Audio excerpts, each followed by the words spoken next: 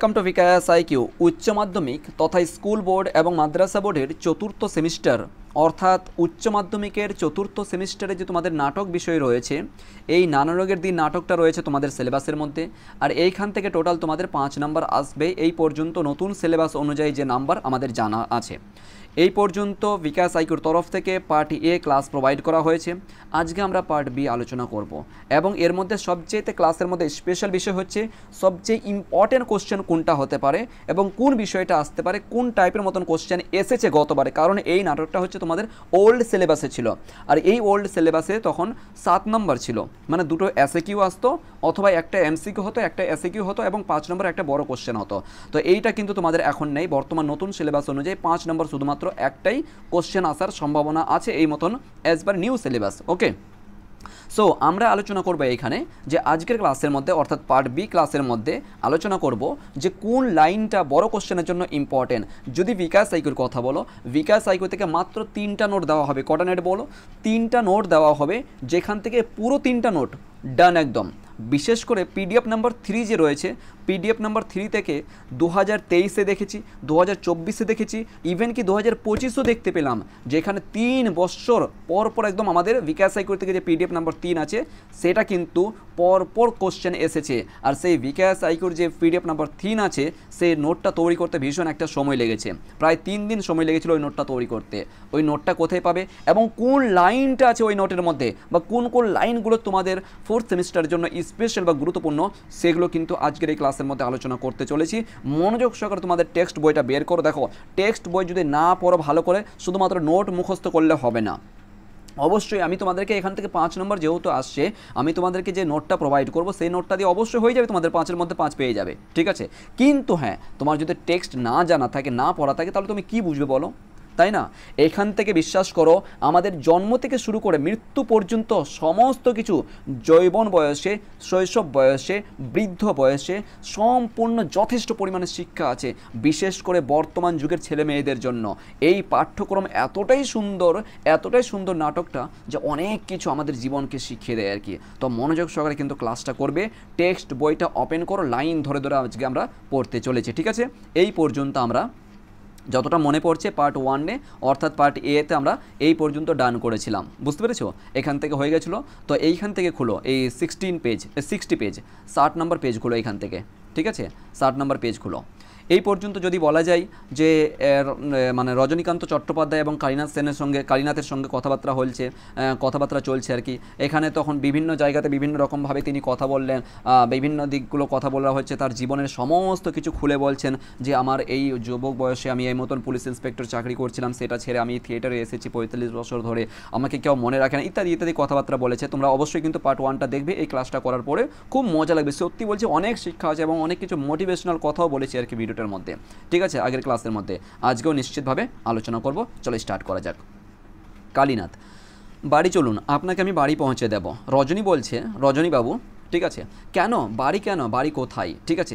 এই যে দেখো, যখন এই কথাগুলো বললেন, ঠিক আছে, যে আমাকে কেউ মনে রাখে না, আমার কেউ বউ বাচ্চা নেই, পরিবার নেই, কেউ কিছু নেই, আমি বাড়ি কী করে যাবো, বাড়ি কোথায় আমার, ইত্যাদি ইত্যাদি। মদ খেয়ে যেহেতু আর কি পড়েছিলেন এখন, এবং রাত্রে গভীর 12টা 5 বাজে তখন, তাই না? 12টা 5-এর সময় তিনি এই নাটকটা অর্থাৎ এই কথাবার্তাগুলো বলছেন কালীনাথকে, এবং তিনি ভাবুক হয়ে গেছেন, কান্না অবস্থায়, চোখে জল, ঠিক আছে, ঠিক সেইরূপভাবে আর কি বলছেন যে আমি বাড়ি কোথায়, আমার বাড়ি কোথায় আছে, এইটুকভাবে বলছে, ঠিক আছে। কালীনাথ বলছেন, আপনার মনে পড়ছে না আপনার বাড়ি কোথায়, প্রশ্নচিহ্ন, ঠিক আছে। এরপরে রজনী, চলো স্টার্ট করো। 60 নম্বর পেজ ভালো করে খুলো, একটু জুম করে নিচ্ছি। আচ্ছা, চলো। রজনীবাবু বলছেন তা পড়ছেই বই কি, কিন্তু কি হবে বাড়ি ফিরে, মানে তা বইছে বই কি, মানে বই কি তোমার পড়ছে, তো অবশ্যই বাড়ির কথা মনে পড়ছে, বাড়িতে আমার বাড়ি কোথায় আছে সেটাও মনে পড়ছে, কিন্তু বাড়ি ফিরে কি হবে, একটুও ভালো লাগে না বাড়িতে, একাকিত্ব, এই যে একটা কথা, এটা হচ্ছে একাকিত্ব নাটক, ঠিক আছে। জানো কালীনাথ, পৃথিবীতে আমি একা, কত সুন্দর কথা। দেখো, আমার আপনজন কেউ নেই, সত্যি কথা ওটাই, কিন্তু আমার আপনজন কেউ নেই, বউ নেই, ছেলে মেয়ে নেই, সঙ্গী সাথী কেউ নেই, কোথাও নেই, আমি একদম একা, একেবারে নিঃসঙ্গ, কেমন যেন ধুধু দুপুর জ্বলন্ত মাঠে বাতাসে যেমন করে একটা কত সুন্দর এক্সাম্পল দিচ্ছে যে আমার জীবনটা কীরূপভাবে হয়েছে। আমার না বউ বাচ্চা আছে, না পরিবার আছে, না কেউ আছে, আমি শুধু একা। মনে হচ্ছে দুপুরের যে জ্বলন্ত ধুধু করা, যে মানে যখন দেখবে জ্বলন্ত ধুধু যখন খুব কঠোর গরমের মধ্যে, প্রখর রৌদ্রের মধ্যে যখন তোমার বাইরে যাবে রাস্তাঘাটের মধ্যে দেখবে কত ঝলঝলে মনে হয় একটা তাপ পড়ছে আর কি, তাই না? ঠিক সেইরূপভাবে তিনি এক্সাম্পলটা দিচ্ছেন যে আমার জীবনটা ঠিক এইরূপভাবে, আমি একাই, কেউ নেই আমার সঙ্গে। তারপর বলছে আদর করে যে তেমনি, আচ্ছা যেন সঙ্গীহীন, একজন বলছে কি সঙ্গীহীন, ঠিক আছে, তেমনি আদর করে কেউ একটু বলবে, এমন এমন এমন কোনো লোক আছে আমার যে আমাকে কেউ আদর করে একটু বলবে, এমন তো কেউ নেই আর কি, এই কথা বলছেন। মরবার সময় দু ফোঁটো জল দিবে এমন কেউ নেই। কত কষ্টের কথা এবার বলছে দেখো। আর জানো যখন এই সব কথা ভাবি তখন মনে যেন বুকের ভিতরটা হিম হয়ে উঠছে, বুঝতে পেরেছো? ভীষণ ইম্পর্টেন্ট। এটা মনে পড়ে নিয়েছিলাম না, কি বলো তো? চলো যাই হোক, না হয়নি, এই 60 থেকে হবে, ঠিক আছে। আর যদি আর কি পড়া হয়ে থাকে যারা পেড গ্রুপে, অর্থাৎ যারা আমাদের ক্লাসে টিউশনই পড়ছো বিকাশ সাইকোতে, তোমরা তাহলে একটুখানি স্কিপ করে দাও, যদি আমার মনে হয় আর কি হিম, এটা দেখে মনে হলো আর কি যে পড়েছি মনে হয়। যাই হোক, হিম হয়ে আসছে মানে একটা মনে হচ্ছে থমকে দাঁড়াচ্ছে আর কি, যে আমার কেউ নেই, আমার পাশে কেউ নেই, আমাকে যে মরবার সময় যে 2 ফোঁটা জল দিবে মুখে সেটাও কিন্তু দেখতে পায় না বা নেই আমার কাছে, ঠিক আছে।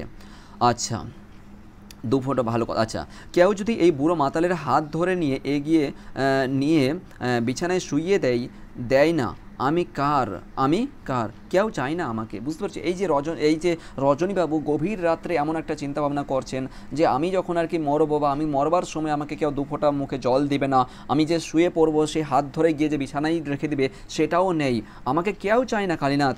এখন সবাই ওরা আর কি নাটক দেখে বিন্দাস বাড়িতে গিয়ে নাক ডেকে ঘুমাচ্ছে, উপরের পাটটাতে স্পষ্টভাবে এমন কথা বলা হয়েছে, তাই না? এরপর দেখো কালীনাথ বলো, একটুখানি ফোনটাকে জুম করে নেবে তোমরা, ঠিক আছে, যেহেতু এটাকে এডিট করছি না, ভিডিওটা সরাসরিভাবে রেকর্ড করে আপলোড করে দিচ্ছি, হ্যাঁ, একটু জুম করে নাও, তাদের বড় স্ক্রিনটা তোমাদের ফোনে দেখা যাবে, ঠিক আছে। কালীনাথ এবার জল ভরা, দেখো এই দেখো এত কষ্টের কথাগুলো বললেন। অবভিয়াসলি যখন একটা দুঃখময় কথাগুলো বলবো, অবভিয়াসলি সামনের পার্সনের কাছে যে কোনো মুহূর্তে কিন্তু দেখবে একটা, যদি তার ভিতরে একটা মায়া দয়া থাকে তাহলে সেক্ষেত্রে দেখবে তার চোখেও কিন্তু জল আসবে। ঠিক সেরূপভাবে কালীনাথের চোখে কিন্তু জল ভরে গেছে আর কি এই কথাগুলো শোনার পরে। পাবলিক তো আপনাকে ভালোবাসে চাটুর্য মশাই, এখন কী করবে বেচারা বলো? যেহেতু রজনীবাবুর কেউ নেই, চোখে জল ভরা, মানে কমসে কম তো রজনীবাবুকে একটু সাহস যোগাতে হবে ভিতরে, সেই জন্য বলছেন পাবলিক তো আপনাকে যথেষ্ট ভালোবাসে এই মশাই, চাটুর্য মশাই বলছেন পাবলিক তো ভালোবাসে আপনাকে। রজনীবাবু বলছেন পাবলিক, কোশ্চেন চিহ্ন দেখো, পাবলিক একদমই নয়। দেখো এই মাঝরাতে পাবলিক এখন থিয়েটার দেখে টেকে গিয়ে নাক ডেকে ঘুমাচ্ছে, আর আমাকে মনে রাখবে এই রাত্রেবেলায় কথা বলছো? তুমি কি ভাবছো পাবলিক আমাকে এমনই ভালোবাসে যে ঘুমের ঘরে আমাকে স্বপ্নে দেখছে? কোশ্চেন চিহ্ন করছে, দেখছো কত সুন্দর কথা হচ্ছে, ভালো করে দেখো কতটা শিক্ষা আছে এখানে। যে তোমার কি মনে হয় যে পাবলিক আমাকে এত রাতে ডাকছে, এত রাতে মনে পড়েছে বা এত রাতে করছে? বর্তমান যুগে যারা আর কি, এই যে রজনীবাবুর যে গার্লফ্রেন্ড ছিল, ঠিক ওরও কথাটা আসছে একটু আগে, একটুখানি অপেক্ষা করো, ঠিক আছে। ঠিক তুমি যেটা মনে করো যে আমার গার্লফ্রেন্ড আমাকে খুব ভালোবাসে বা আমার বয়ফ্রেন্ড আমাকে খুব ভালোবাসে, আমার জন্য অপেক্ষা করছে, আমাকে নিয়ে স্বপ্ন দেখছে, আমাকে নিয়ে মালা গুচ্ছে, স্বপ্নের মালা গুচ্ছে, একদমই নয়। ওরা কিন্তু বিন্দাস ঠিক নিজের জায়গাতে নিজের লাইফে কিন্তু বিন্দাস ঘুমাচ্ছে। এখানে অনেক শিক্ষা আছে, শুধুমাত্র গার্লফ্রেন্ড বয়ফ্রেন্ড নয়, প্রত্যেক অনেক কিছু শিক্ষা আছে। একটু মনোযোগ সহকারে কথাগুলো শুনো, দেখবে অনেক লাইফটা তোমার অনেক কিছু উন্নত হবে, এখান থেকে শিখতে পারবে। বলছে আমাকে কেউ চায় না কালীনাথ, আমাকে কেউ চায় না, কেউ না, আমার ঘর সংসার বউ ছেলে মেয়ে কেউ নেই, কিছুই নেই। দেখো কত কষ্টের কথা বলছে কালীনাথ। তখন বলছে কিন্তু তা নিয়ে আপনার মতো লোকের এত দুঃখ চাটুর্য মশাই, যখন কেউ নেই বা বউ বাচ্চা কিছু নেই তো আপনার দুঃখ করার এত কী আছে? আপনি তো একটা থিয়েটারই ব্যক্তি, আপনি তো একটা নাট্যকার, আপনার চিন্তা করার কী আছে? ঠিক আছে। রজনীবাবু তখন বলছে কি দেখো, কেন আমিও তো মানুষ কালীনাথ। দেখো এবার কষ্টের কথা, আরও কিন্তু বুক ফাটা কথা বের করছে আর কি। কেন আমার কি ভালোবাসা নেই? আমার কি কোনো মায়া দয়া নেই? আমার কি কোনো স্নেহ মায়া মমতা, আমার কি কারো ভালোবাসার যোগ্য নেই? আমি কি ইত্যাদি ইত্যাদি কথা বলছে। দেখো এইরূপভাবে তিনি কিন্তু আরও একটু বুক ফাটা মোর কথা বলছেন আর কি। আমিও তো মানুষ, আমারও তো হাত পাওয়ালা জ্যান্ত মানুষ। দেখো কত কষ্টের কথা বলছে। আমারও তো 5 জন মানুষের মতো হাত পা আছে। দেখো এক্সাম্পল দিচ্ছে, পা আছে, আমার শিরায় কি জল বইছে না? এক কথায় বলতে গেলে প্রশ্ন চিহ্ন করছে। রক্ত বইছে না? দেখো কত সুন্দর কথা, দেখো বুঝতে পারছো এখানে বলছে এটা মানে আর কি কালীনাথ ওনাকে রজনীবাবুকে একটু শান্ত করবেন, যে কান্না করছেন এই যে গভীর রাত্রে এই যে কষ্টগুলো বলছেন। পুরো জীবনটা কিন্তু 65-68টা বছর, 68 বছরের মধ্যে 45 বছর তিনি থিয়েটারে ছিলেন। এই 45 বছরটা পুরো একদম রজনীবাবু নাটকের মধ্যে খুলে দিয়েছেন, ওই মঞ্চের মধ্যে খুলে দিয়ে কালীনাথ কিন্তু তেনাকে যখন আর কি দেখতে পাচ্ছেন রজনীবাবু প্রচুর পরিমাণে একটা ভাবুক হয়ে গেছে কান্নার অবস্থায়, কিন্তু কালীনাথ দেখুন বারবার তাকে শান্ত করার চেষ্টা করছে। তাই তিনি বলছেন তো কিন্তু তা নিয়ে আপনার এত ভাবার কি আছে, আপনি তো বিশেষ একটা যোগ্য ব্যক্তি, এই কথা আর কি বলার চেষ্টা করছেন। তখন রজনীবাবু কেন কেন আমি ভাববো না, কেন আমি বলবো না, কেন আমারও তো হাত পা আছে, আমারও তো মন আছে, এই কথা বলছেন। আমিও তো 5 জন বলা মানুষের মতন, ঠিক আছে, আমারও তো ভিতরে সদ্য বংশের পবিত্র রক্ত, বুঝতে পেরেছো, আমারও ভিতর তো একটা সদ্য বংশের মানে সঠিক কি বলবো, সদ্য বংশ বলতে ওই মানে কি বলবো, যে বংশের মধ্যে কোনো দাগ নেই, ঠিক আছে, সদ্য বংশ পবিত্র রক্ত আছে আমারও ভিতরে আর কি। বিশ্বাস করো কালীনাথ আমি একটু উঁচু বংশে, দেখো এবার কোন দিকে পরিবারের দিকে নিয়ে যাচ্ছে, আমি একটি উঁচু বংশে রার বংশের রাড়ের সবচেয়ে প্রাচীন ভদ্র ব্রাহ্মণ বংশে জন্ম ছিলাম। দেখো কত সুন্দর কথা, তাহলে এখানে কোথায় জন্মগ্রহণ করেছিলেন, ভদ্র ব্রাহ্মণ বংশে জন্মগ্রহণ করেছিলেন। এই লাইনে আসার আগে এখান থেকে কোনো ইম্পর্টেন্ট মানে লাইন নেই যে এই লাইনটা উঠে আসবে, ঠিক আছে, জাস্ট বুঝতে হবে লাইন কথাগুলো, ঠিক আছে, নিচের প্যারাতে আছে। আসার আগে এই লাইনে অর্থাৎ এই লাইনে আসার আগে আমি পুলিশের চাকরিতে ঢুকেছিলাম, ইন্সপেক্টর অফ পুলিশ, দেখো ইন্সপেক্টর অফ পুলিশ বলছে, আমি এর আগে পুলিশের লাইনে চাকরিতে ঢুকেছিলাম, ইন্সপেক্টর অফ পুলিশে চাকরি করেছিল। আর কি চেহারাই না ছিল আমার, ছোকরা বয়সে তা, তখন কি ছোকরা বয়সের মতন চেহারা কি টগমগ করছিল আর কি, তখন চেহারা আমার মনে হয় এই প্যারাটা পড়া হয়ে গেছে, ঠিক আছে, অলরেডি যাদের পড়া হয়ে গেছে একটুখানি স্কিপ করে দাও, কেটে দাও, ঠিক আছে, মানে সামনের প্যারাতে তোমরা পড়বে আর কি, যারা নতুন আছো অবশ্যই পড়বে, হ্যাঁ, আমার মনে হয় এটুকু এই প্যারাটা হয়ে গেছে, তারপরে পেজ থেকে হতে পারে 61 থেকে।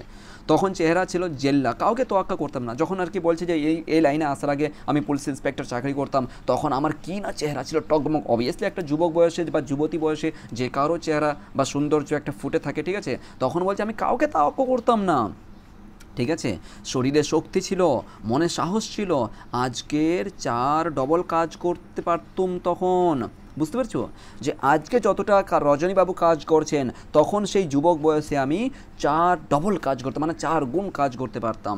তারপরে একদিন বুঝলে কী হয়েছে, চাকরিটা ছেড়ে দিলাম, কালীনাথকে বলছে তারপরে একদিন বুঝলে চাকরিটা আমি ছেড়ে দিলাম, অর্থাৎ পুলিশ ইন্সপেক্টর চাকরিটা ছেড়ে দিলাম, আর এরকম করে জীবন শুরু করে দিলাম, অর্থাৎ নাটক করতে শুরু করে দিল।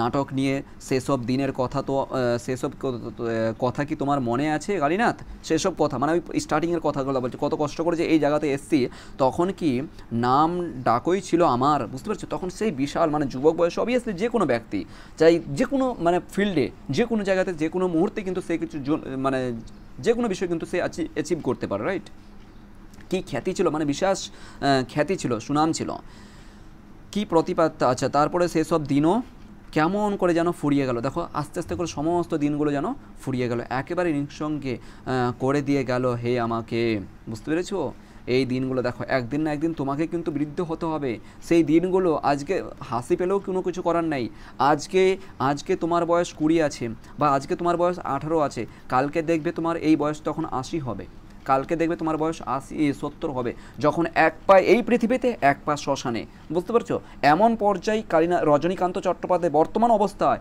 এই যে 68টা বছর বয়স, এই 68টা বছর বয়সে যে কষ্টের কথাগুলো বলছেন, এক পা শ্মশানে আছে আর এক পা এই পৃথিবীতে আছে, ঠিক এই মুহূর্তে যখন আমরা আসব বা ঠিক মুহূর্তে যখন এই জায়গাটাতে আসব, ঠিক আমাদের কিন্তু যে শৈশব কাজগুলো যুবক বয়সে যে আমরা যে সমস্ত কাজগুলো করি বা যে সমস্ত টাইম পাস করে থাকি, সমস্ত কিছু আমার সেদিন কিন্তু আমাদের মনে পড়বে, আর আফসোস সেদিন কিন্তু হবে যদি আমি সেই সময়টা পড়াশোনা করতাম, রাইট, যদি সেই দিন আমি পড়াশোনা করতাম তাহলে কিন্তু আজকে চাকরিতে থাকতাম, রাইট, এই মতন কিন্তু পস্তাতে হবে। তো সেই সময়টা 80 বছর 60 বছরে পস্তাতে না গিয়ে এখনই পরিশ্রম করো, বোর্ডের পরীক্ষাতে ভালো নাম্বার নিতে গেলে এখনই শুরু করো, যে বোর্ডে এখনও লেট আছে, না এমনটা বলা যাবে না, যে পরীক্ষা আসতে লেট আছে চ্যালেঞ্জার নিয়ে নেব পড়া হয়ে যাবে, এমনটা কখনো করা যাবে না। ভালো স্টুডেন্ট ভালো ক্যান্ডিডেট সর্বদাই যুদ্ধের জন্য প্রস্তুত থাকে, সর্বদাই মানে দেখবে যখন যারা আর্মি থাকে বিএসএফরা থাকে, ঠিক আছে, বিএসএফরা থাকে, সর্বদাই কিন্তু রেডি থাকে যুদ্ধের জন্য, সর্বদাই জন্য দুশ্মনদের সঙ্গে, শত্রুদের সঙ্গে যুদ্ধের মোকাবিলা করার জন্য সর্বদাই কিন্তু প্রস্তুত থাকে। ঠিক তোমাকে কিন্তু একজন বলতে গেলে স্টুডেন্ট মানে কি জ্ঞান পিপাসু হতে হবে, সর্বদাই তোমাকে কিন্তু পরীক্ষার জন্য প্রস্তুত থাকতে হবে, ঠিক আছে, নিজের লাইফকে সর্বদাই দেখতে হবে। এরপরে দেখো কি বলা হচ্ছে জানো, আগে আগে আমি বুঝতে পারিনি হঠাৎ এই মাঝরাতে আমি যখন স্টেজের উপরে এসে দাঁড়ালুম, থিয়েটারের ব্ল্যাক ওয়ালের দিকে, দেখো কত সুন্দর কথা বলছে, থিয়েটারের ব্ল্যাক ওয়ালের দিকে তাকালুম, এই একটু আগে সামনের ওই অন্ধকারের দিকে চেয়েছিলাম, হঠাৎ আমার মনে হলো, দেখো কত কষ্টগুলো এখান থেকে বলছে, দেখো হঠাৎ আমার মনে হলো কে যেন আমার জীবনের সমস্ত খাতাখানাকে আমার চোখের সামনে ধরেছে, ঠিক আছে, আমার চোখের সামনে ধরেছে। তার মানে কি, অর্থাৎ তার পুরো জীবনটাকে কি করেছে, কোথায় কী করেছে, পুরো জীবনটা রজনীবাবু চট্টোপাধ্যায়ের যে ব্ল্যাক ওয়াল, যেখানে থিয়েটার করে সাধারণত যে প্যান্ডেল থাকে, প্যান্ডেলে বিশেষ করে ব্ল্যাক কাপড়গুলো ব্যবহার করা হয় প্যান্ডেলের জন্য, ঠিক আছে, যখন কোনো অনুষ্ঠান হয় বিভিন্ন ডিফারেন্ট কালার ব্যবহার করা হয়, কিন্তু বিশেষ করে যেখানে ম্যাজিক হয়, নাটক দেখায় বা যখন শো কোনো কিছু হয়, সেক্ষেত্রে কিন্তু ব্ল্যাক বেশিরভাগ ক্ষেত্রে ব্যবহার হয়ে থাকে। ঠিক সেটাই বলছেন, ব্ল্যাক ওয়াল মানে তোমার ওই প্রাচীর বলা হয়, এখানে তো প্রাচীর কি মানে পর্দাটাকে বোঝানো হয়, ঠিক আছে। ব্ল্যাক ওয়ালে মনে হচ্ছে রজনীকান্ত চট্টোপাধ্যায়ের পুরো জীবনটা ওই ব্ল্যাক ওয়ালের মধ্যে, সমস্ত তার জীবনের অঙ্গারে, দেখো যে বলা আছে, দেখো এই অন্ধকারে আশ্চর্য, এই যে কোথায় যেন আছে দেখো খাতাখানা, এই দেখো তার জীবনের খাতাখানা মনে হচ্ছে খুলে দিয়েছে আমার, যে কী কী করেছো রজনীবাবু, দেখো কত মদ খেয়েছো, কোথায় মানে কি বলেছো, ইনকাম করেছো, কোথায় কি করেছো, সমস্ত কিছু কিন্তু খুলে দিয়েছে তার জীবনের সমস্ত। দেখো যে আমার জীবনের 45টা বছর, তার জীবনে 45টা বছর, কালীনাথ কি জীবন, 45 বছর ধরে কিন্তু এই মানে নাটক করেছিলেন, ঠিক আছে। এই অন্ধকারে আশ্চর্য স্পষ্ট যেসব অক্ষরে, একটু উপরে করছি, আমি দেখলাম কালীনাথ যেমন স্পষ্ট তোমার মুখ দেখতে পাচ্ছি। দেখো এই তিনি বলছেন যে আমার জীবন, এখান থেকে খুব গুরুত্বপূর্ণ এই লাইনটা, এখান থেকে তুমি কিন্তু নোট তৈরি করতে পারবে নিজে থেকে, ঠিক আছে। এখান থেকে কোনো লাইন আজ পর্যন্ত দেখতে পাইনি, ঠিক আছে, 2017-র কথা বলছি, পুরো কিন্তু কোশ্চেন আমার হাতে আছে, কোথায় কোন লাইনটা এসেছে সমস্ত কিছু বলে দিচ্ছি, কিন্তু এখান থেকে কোনো কোশ্চেন তেমন দেখতে পাইনি। ওকে, আবারও বলছি, এরপরে চলো, তিনি বলছেন যে যেরূপভাবে আমি তোমাকে দেখতে পাচ্ছি স্পষ্টভাবে, ঠিক সেরূপভাবে আমার জীবনটা কিন্তু আমার ওই ব্ল্যাক ওয়াল, অর্থাৎ এই ব্ল্যাক ওয়ালের মধ্যে আমি স্পষ্টভাবে দেখতে পাচ্ছিলাম, ঠিক আছে, স্পষ্টভাবে মুখ দেখতে পাচ্ছি, ঠিক তেমনভাবে আমার সুস্পষ্ট, আমার একেবারে একে একে সব পারি হয়ে যেতে দেখলুম, মানে পুরো জীবনটা একে একে সব পারি হয়ে গেল। শৈশব আসলো, শৈশব থেকে যুবক আসলো, যুবক থেকে চাকরি বয়সে গেলাম, তারপরে তোমার বৃদ্ধ বয়সে আসলো, নাটক, সমস্ত কিছু যেন মনে হচ্ছে এক পা করে সমস্ত কিছু ফুরিয়ে গেল। অর্থাৎ সকাল হলো, মর্নিং হলো, তারপরে তোমার কি বলবো ডে হলো, মানে নুন, ঠিক আছে, দুপুর হলো, আফটারনুন হলো, ইভিনিং হলো, নাইট হয়েছে, বুঝতে পারছো, ওয়ান বাই ওয়ান সমস্ত দিনগুলো মনে হচ্ছে রজনীকান্ত চট্টোপাধ্যায়ের জীবন থেকে সরে গেছে। ঠিক একদিন কিন্তু তোমার আমার সকলের, কিন্তু তোমার পিতামাতার, আমার পিতামাতার, সবারই কিন্তু একদিন না একদিন সেই জীবনগুলো, সেই দিনগুলো কিন্তু ফুরিয়ে যাবে, বুঝতে পেরেছো। আমার যৌবন, আমার আদর্শ, শক্তি, প্রেম, নারী, বুঝতে পেরেছো, দেখো আমার আদর্শ, আমার শক্তি, আমার ভালোবাসা, সমস্ত কিছু মনে হচ্ছে এক বাই এক সমস্ত কিছু ফুরে গেল। তখন এবার দেখো শুরু করছে প্রেম, হ্যাঁ একটা মেয়ে জানো, কারণ দেখো মানে দেখো ওই যে মানুষটা, অর্থাৎ রজনীকান্ত চট্টোপাধ্যায়, তিনি কিন্তু নাটক করতে করতে একটা ভাবুক হয়ে গেছে, মানে কান্না টাইপের মতন হয়ে গেছে। কোন দিকে, যেহেতু বয়স্ক মানুষের কিন্তু আবল তাবল একটুখানি মানে একদিক কথা বলতে শুরু করবে তো মানে চলতেই থাকবে, কিন্তু দাঁড়ায় না। ঠিক ইনিও কিন্তু ঠিক এরূপভাবে কিন্তু এই দেখো কোথা থেকে শুরু করেছে, কোন কথা থেকে কোন কথা আসলো, তার জীবনের সম্পর্ক, পরিবার সম্পর্কে বললেন, তারপরে তার জীবনে কী কী ঘটেছে সেটা বললেন আর কি, তার বলছে তার সঙ্গে আমার সঙ্গে কেউ নেই, আস্তে আস্তে করে দেখো সেই প্রেমিকার কাছে চলে আসলো, মানে ওয়ান বাই ওয়ান কথা বলে চলে যাচ্ছে, প্রেমিকার সঙ্গে এবার কথা বলবে আর কি, মানে তার গার্লফ্রেন্ডের ব্যাপারে। হ্যাঁ একটা মেয়ে জানো কালীনাথ, একটা মেয়ে, এই লাইনটা এসেছিল একবার, হ্যাঁ একটা মেয়ে কালীনাথ, এইখান থেকে এই মেয়ে সম্পর্কে, অর্থাৎ একবার প্রশ্নতে এসেছিল, স্কুল টেস্টে এসেছিল, রজনীকান্ত চট্টোপাধ্যায়ের প্রেমিকার পরিচয় দাও, খুব ইম্পর্টেন্ট, দেখে নেবে। আমরা কিন্তু এই নোটটা ওই 3 নম্বর যে পিডিএফ আছে ওর মধ্যেই কিন্তু অ্যাড করে দেওয়া হয়েছে, ঠিক আছে, নোট তৈরি করে দিয়েছি। চলো এখান থেকে দেখো, আমার মনে হয় এখান থেকে হতো, ঠিক আছে। চলো, মানে নতুন যারা পার্ট 1 কিন্তু উপর থেকে মনে হয় হয়ে গেছে, এখান থেকে মনে হয় পার্ট বিটা শুরু হচ্ছে। যাই হোক, তোমরা যারা নতুন দেখেছো ভালো করে দেখে নাও, কথাগুলো শোনো। কালীনাথ বলছে ঘুম পাচ্ছে, দেখো এই যে ওয়ান বাই ওয়ান কিন্তু কথা বলে আসছে। কালীনাথ চাইছে আমি ওই চাটুর্য মশাইকে, অর্থাৎ রজনীকান্তকে আমি একটু শান্ত করাই, কারণ তিনি ভাবুক হয়ে গেছেন। ঘুম পাচ্ছে আপনাকে, ঘুমাবেন চাটুর্য মশাই, কোশ্চেন করছে। দেখো তখন আমার বয়স বেশি নয়, দেখছো ওর কথায় মানে কালীনাথের কথায় কোনো কান দেয় না। রজনীবাবু কিন্তু নিজের কথাতেই এক তালে চলে যাচ্ছেন। ওই যে বললাম না, বৃদ্ধ বয়স্কে যখন থেকে তোমার দাদাকে দেখবে, যারা বয়স্ক হয়ে গেছিল বয়স্ক ব্যক্তিদেরকে দেখবে, মানুষদেরকে দেখবে, ঠিক আছে, ওরা নিজের ধাঁজে কিন্তু কথা বলে যায়, তাই না? ঠিক সেরূপভাবে কিন্তু তিনিও কথা বলে চলে যাচ্ছেন। তখন আমার বয়স বেশি নয়, তার প্রেমিকার ব্যাপারে কথা বলছে। সবে এই লাইনে এসেছি, অর্থাৎ চাকরি ছেড়ে সবে মাত্র এই লাইনে থিয়েটারে এসেছেন।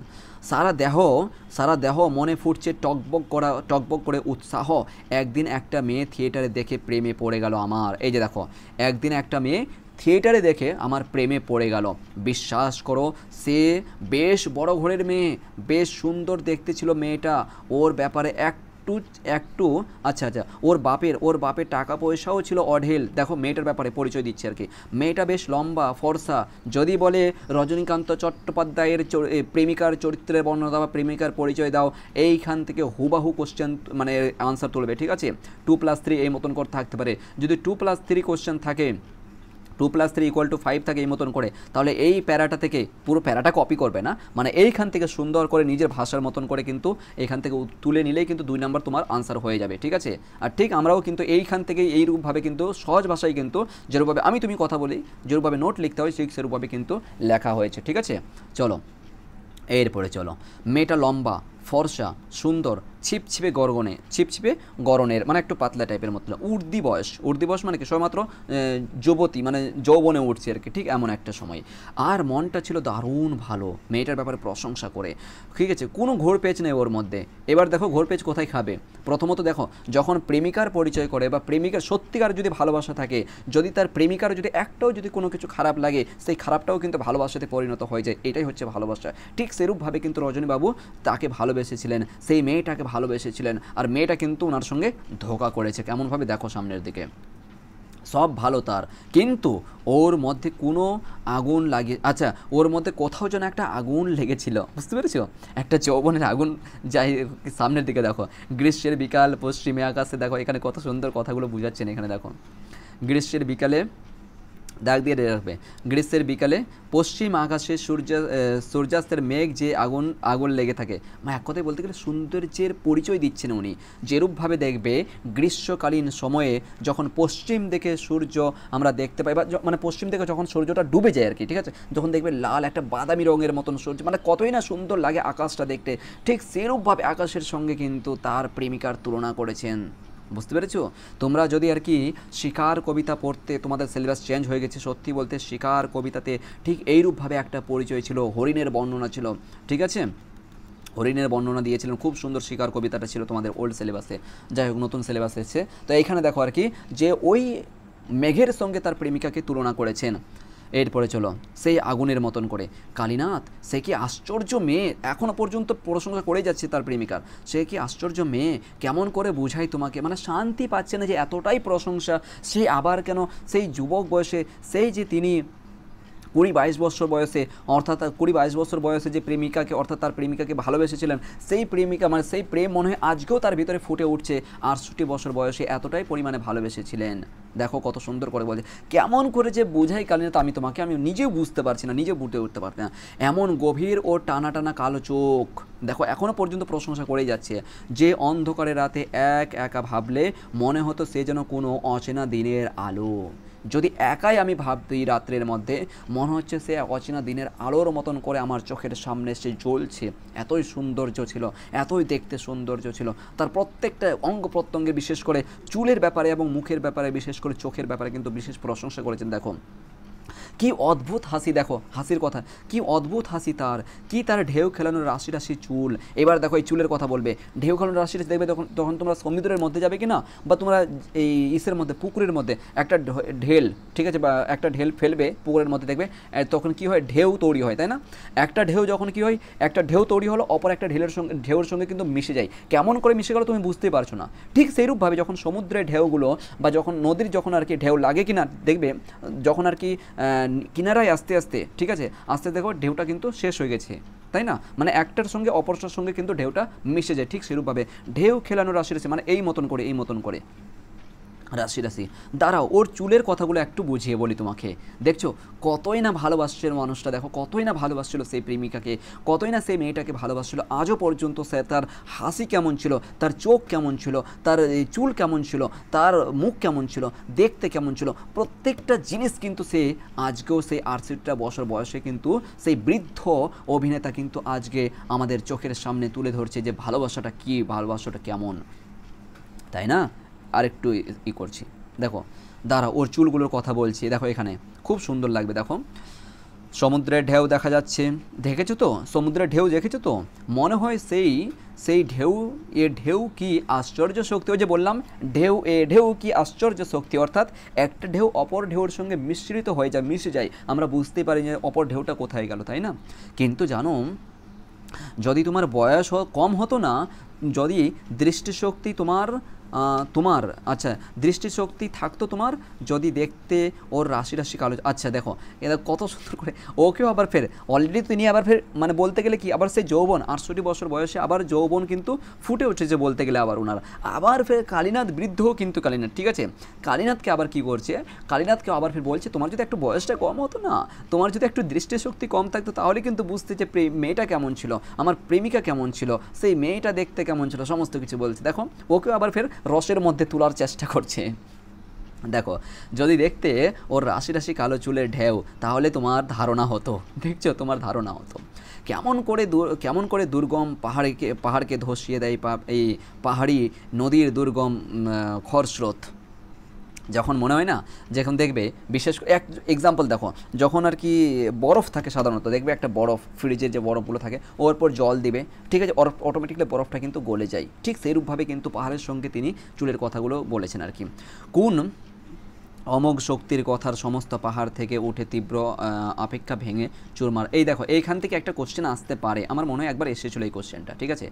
অতটা নয় মানে আর কি কনফার্ম নয়, তবে নিচের দিকে কোশ্চেন, উপরে কিন্তু 2-3টা কোশ্চেন বলেছিলাম পার্ট 1-এ, নিচের দিকে আরও কয়েকটা কোশ্চেন আছে, মানে এই নাটকটাকে মিনিমাম মানে কয়েকটা কোশ্চেন বিশেষ করে ঘোরপাক করে, যেটা হচ্ছে তোমার 5 থেকে 7টা কোশ্চেন ঘোরপাক করে, বুঝতে পারছো? এই পর্যন্ত যেটা দেখেছি 2017 থেকে 2025 পর্যন্ত 5 থেকে 7টা কোশ্চেন ঘুরপেচ করে আর কি। তো কোনখান থেকে কোশ্চেন, ইতিপূর্বে 3-4টা কোশ্চেন মনে হয় আর কি পার্ট 1-এ ছিল, নিচের দিকে সমস্ত কোশ্চেনগুলো আছে, তো এইটা একটুখানি দেখতে পারো, এটা আবার নতুন সিলেবাসের ক্ষেত্রে একটু ইম্পর্টেন্ট মানে চোখে পড়ছে এই লাইনগুলো, ঠিক আছে? এখান থেকে এরপরে চলো, মুহূর্তে প্রবল ঘটে যায়। আচ্ছা তখন কি মনে হতো না আচ্ছা তোমার যে ঢেউ আমাকে ভাসিয়ে নিয়ে যাক তো যাক, আমাকে উল্টে পাল্টে দেখ যদি জীবনে খেলা খেলতে চাই। এই দেখো এখনও বলতে চাইছে যদি সেই মেয়েটার ভালোবাসায় আমার ঢেউর মতন যদি সে উল্টে পুল্টে দিত আর কি আমাকে, তাহলে আমি সেটাতেও রাজি ছিলাম।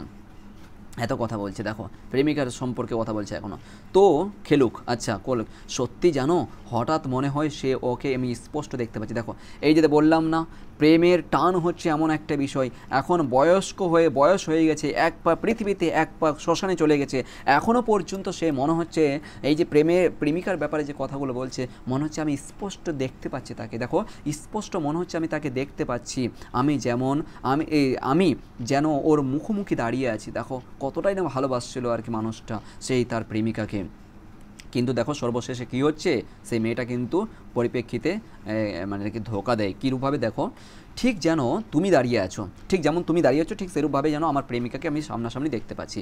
আর একদিন ওকে দেখে মনে হয়েছিল, দেখো আর একদিন দেখে মনে হয়েছিল এখান থেকে ভোরের আলোর চেয়েও সৌন্দর্য, ভেরি ভেরি ইম্পর্টেন্ট এই লাইনটা, ঠিক আছে? এখানে একবার এসেছিলো কোশ্চেন এইখান থেকে, ঠিক আছে? এখান থেকে এই পর্যন্ত আর একদিন দেখে মনে হয়েছিল ভোরের আলোর চেয়েও সুন্দর, তার মানে এখান থেকে তোমার আড়াই করে নাম্বার লিখতে হবে, অর্থাৎ এই প্লাস করে থাকবে, ঠিক আছে?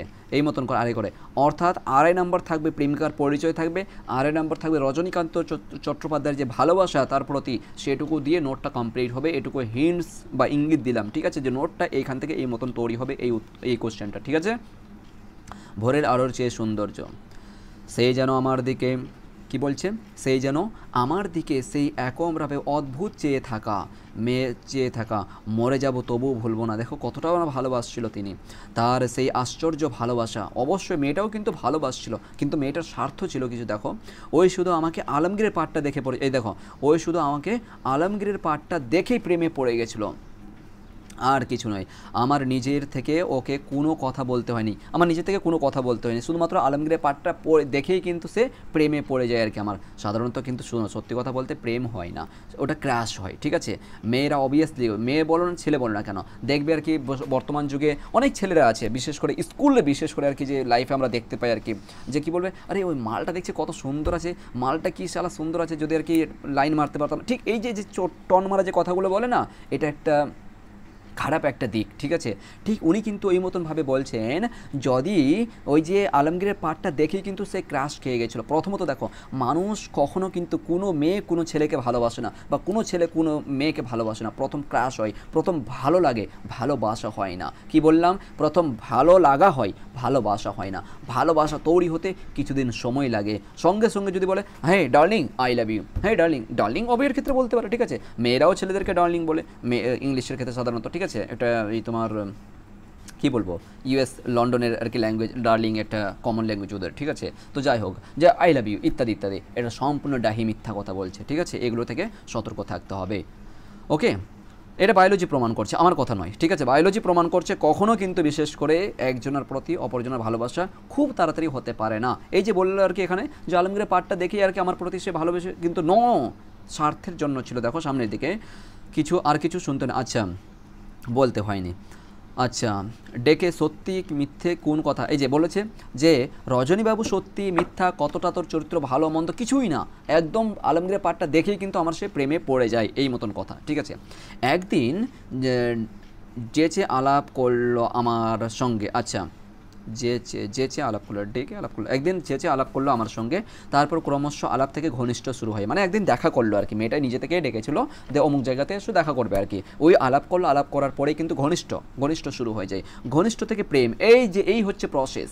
কখনো কিন্তু ভালোবাসা বলো হয় না। প্রথম কী হবে? দেখা সাক্ষাৎ হবে। যদি সেই ছেলেটাকে মেয়েটার প্রতি ভালো লাগে, তাহলে দেখবে আস্তে আস্তে করে তার সমস্ত কিছু কিন্তু ভালো লাগবে, সেই ভালো লাগাটাই কিন্তু ভালোবাসাতে পরিণত হয়ে যায়। এই যে ঘনিষ্ঠ থেকে প্রেম, এইটাই হচ্ছে আসল সূত্র বা সংজ্ঞা বলতে গেলে ভালোবাসা, ঠিক আছে। এইটাই হচ্ছে পরিচয়, যে প্রথমত দেখবে ভালো লাগা তৈরি হয়, ভালোবাসা হয় না, ওকে। এরপরে চলো, আর তখনকার দিনে আমার অ্যাক্টিং মানে বুঝতে পারছো, নিজেকে আবার করছে, নিজেকে আবার মডার্ন দেখাচ্ছে, ঠিক আছে। সেই তখনকার সময় আমার অ্যাক্টিং মানে সেই একটা ব্যাপার, নিজে এবার নাম ফুটা অবভিয়াসলি একজন বিশেষ ব্যক্তিত্ব ছিলেন তিনি, নিজের ব্যাপারেই কথা বলছে। তারপরে কি, তখন তো আমার বয়সও বেশি না, সামনে পড়ে রয়েছে ব্রিলিয়ান্ট ফিউচার, ঠিক আছে। তখন তো আমার বেশি বয়স না, এই লাইনে যখন এসেছিলাম তখন তো আমার অনেক ফিউচার ছিল। এই যে তখন ব্রিলিয়ান্ট মানে লাখো হাজার আমার ফিউচার ছিল, আমি যে কোনো দিকে যে কোনো ফিল্ডে আমি গিয়ে আমার জীবনকে তৈরি করতে পারতাম। তখন নিজের উপর কত জোর ছিল, হে করে কথাটা বলছে। দেখো বিভিন্ন জায়গাতে কিন্তু আমরা, বিশেষ করে মুর্শিদাবাদ দেখবে বা বিভিন্ন জায়গাতেও কিন্তু এখনও পর্যন্ত বিশেষ করে তোমার জিজুদেরকে অনেকে আর কি বলে, ঠিক আছে, যে জামাইদেরকে বলে যে কেমন আছো হে, এই যে শব্দটা হে করে কোথাও না কোথাও কিন্তু এটা প্রচলিত একটা ভাষা আছে, ঠিক আছে। তো হে শব্দটা এখানে আমরা দেখতে পাচ্ছি। তখন মনে হতো কত না আশা, কত প্ল্যান, কতদিন ও কত প্ল্যান, কত অনেক কিছু আর কি বলছে। একদিন ওকে বললাম, আচ্ছা দেখো এখান থেকে কথা শুরু হচ্ছে, দেখো একদিন আমি ওকে বললাম অনেক তো আলাপ হলো, এবার চলো আমরা বিয়েটা করে নিই, ঠিক আছে, বিয়েটা করি আমরা, এমন করে আর কতদিন থাকবো আমরা, ঠিক আছে। এবার আমাদের বিয়ের কথাটা তোমার বাবাকে বলি, এই মতন করে কথা, ঠিক আছে। একদিন ডেকে বললো আর কি, গায়ে স্বর ডুবে যায়। এবার দেখো এই পর্যন্ত কিন্তু তিনি কি করেছেন, একদম সেই জিতের মধ্যে, সেই প্রেমের মধ্যে ডুবে কিন্তু সেই নিজেকে নিজেকে প্রকাশ করছে সেই মঞ্চের মধ্যে। এমন সময় যখন আর কি এই কথাটা বললো শেষের দিকে এসে, চলো এবার তোমার বাবাকে বলি বিয়ের কথাটা, অবশ্যই বিয়ে করবো আর কি, অনেকদিন ভালোবাসা হয়েছে। তখন কি হলো, যখন এই কথাটা বলার পরে একটু স্বর ডুবে যায়, একটু গলার যে ঢেউটা, মানে একটু মুখের রংটা, একটু চেহারাটা পরিবর্তন হয়ে যায়। কেন জানো? এই যে দেখো এখানে কষ্টকর কথা আছে। ও কি বললো জানো, হ্যাঁ আমি তোমাকে ভালোবাসি, চলো বিয়ে করি, কিন্তু তার আগে তুমি ওই থিয়েটার ছেড়ে দাও। দেখো কত কষ্টের কথা। ওই থিয়েটারের জন্য মানুষটার পরিচয়, ওই থিয়েটারটাই হচ্ছে তার জীবন, ওই থিয়েটারটাই সব কিছুই।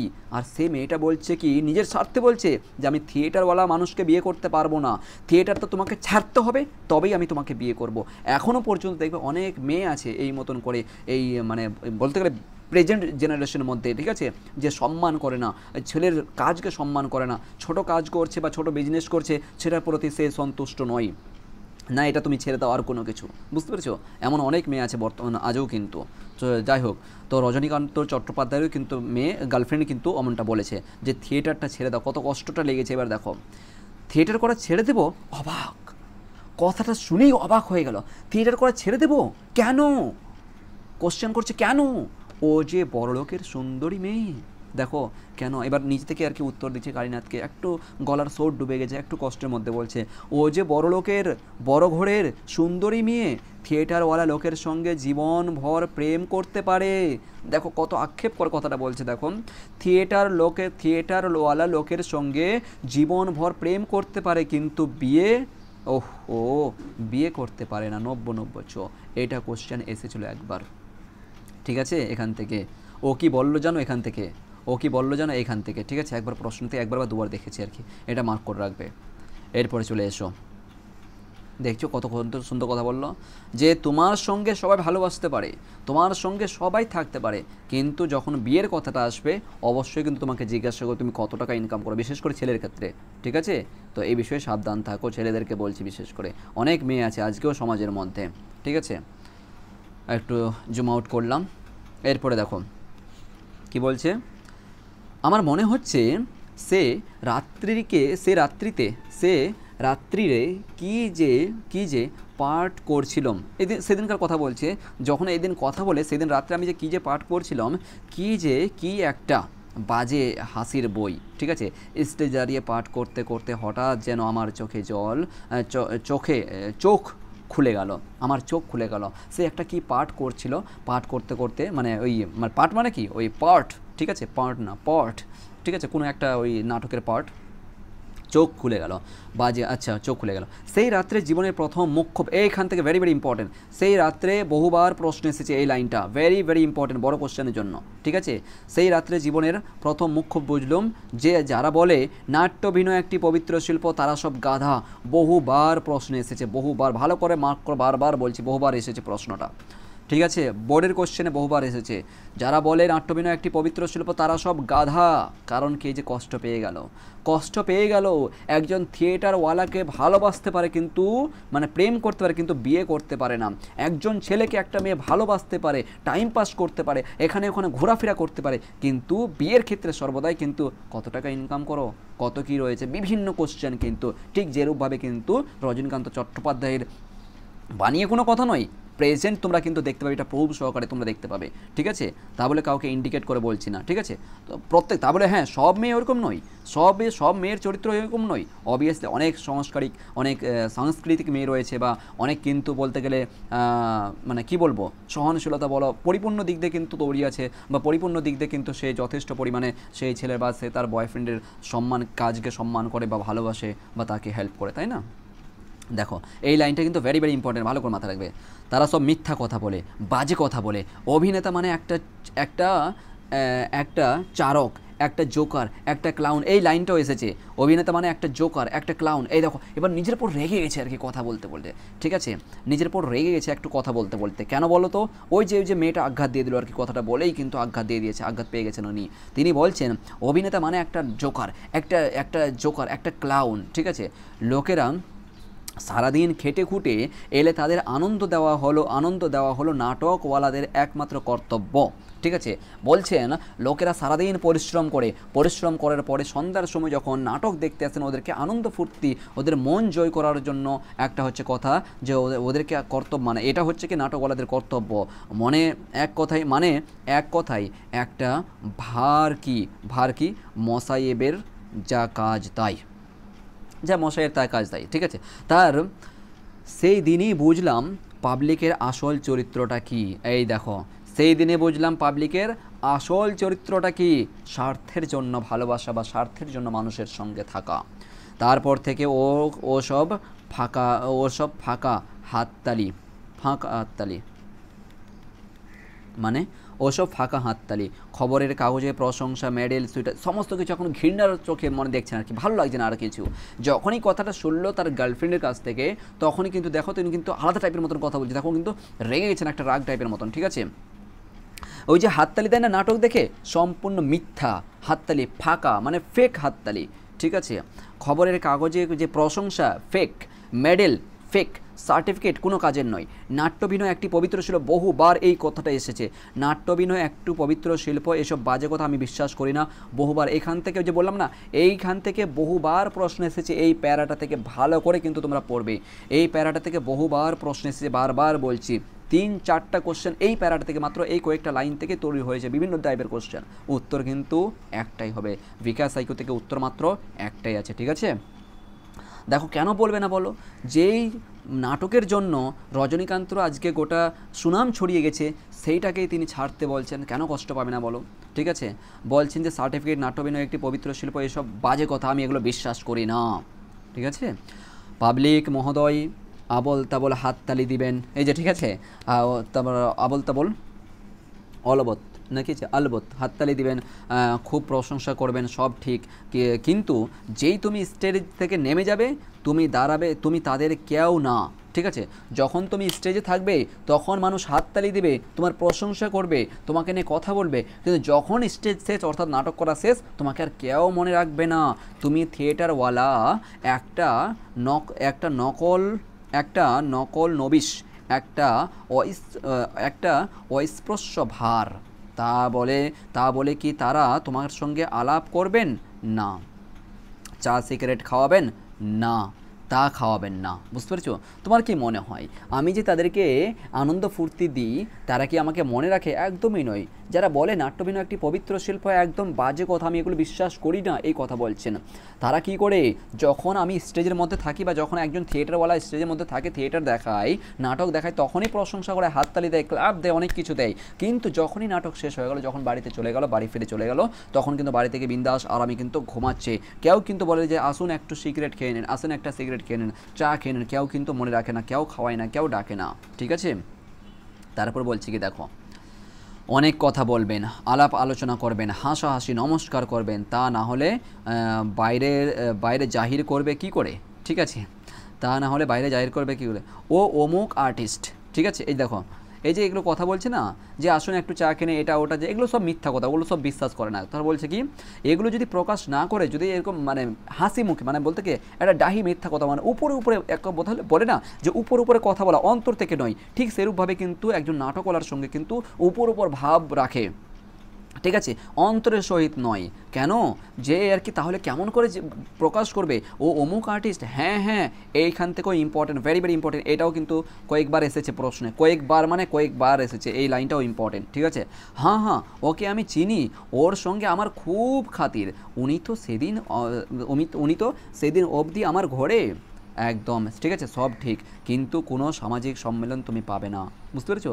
এগুলো সব কিন্তু বলতে গেলে একটা উপর কথা, কোনো অন্তরের সহিত যে মনে রাখবে, ভালোবাসবে, খেয়াল রাখবে, একদমই নয়। ভেরি ইম্পর্টেন্ট এই লাইনটা, ঠিক আছে, ভালো করে দেখবে কিন্তু, ভেরি ইম্পর্টেন্ট, বারবার বলছি। ওকে, কোনো সামাজিক মূল্য পাবে না। আচ্ছা, থিয়েটারের পরিচয়ে কেউ তার মেয়ে কিংবা বোনের সঙ্গে বিয়ে দিবে কারো, একদমই নয়। তিনি বলছেন যে থিয়েটারওয়ালার সঙ্গে কেউ কি কোনো বোন বা মেয়েরকে বিয়ে দিবে? কখনো না। জানো, তোমার ওই পাবলিক মানে থিয়েটারের টিকিট কেনা খরিদ্দারদের আমি কাউকে বিশ্বাস করি না। দেখো কত কষ্টের কথা বললো, ওই মেয়েটার কারণে শুধুমাত্র এই কথাগুলো উনি বললেন, যে মেয়েটা কত বড় আঘাত দিয়েছে, বুঝতে পেরেছো।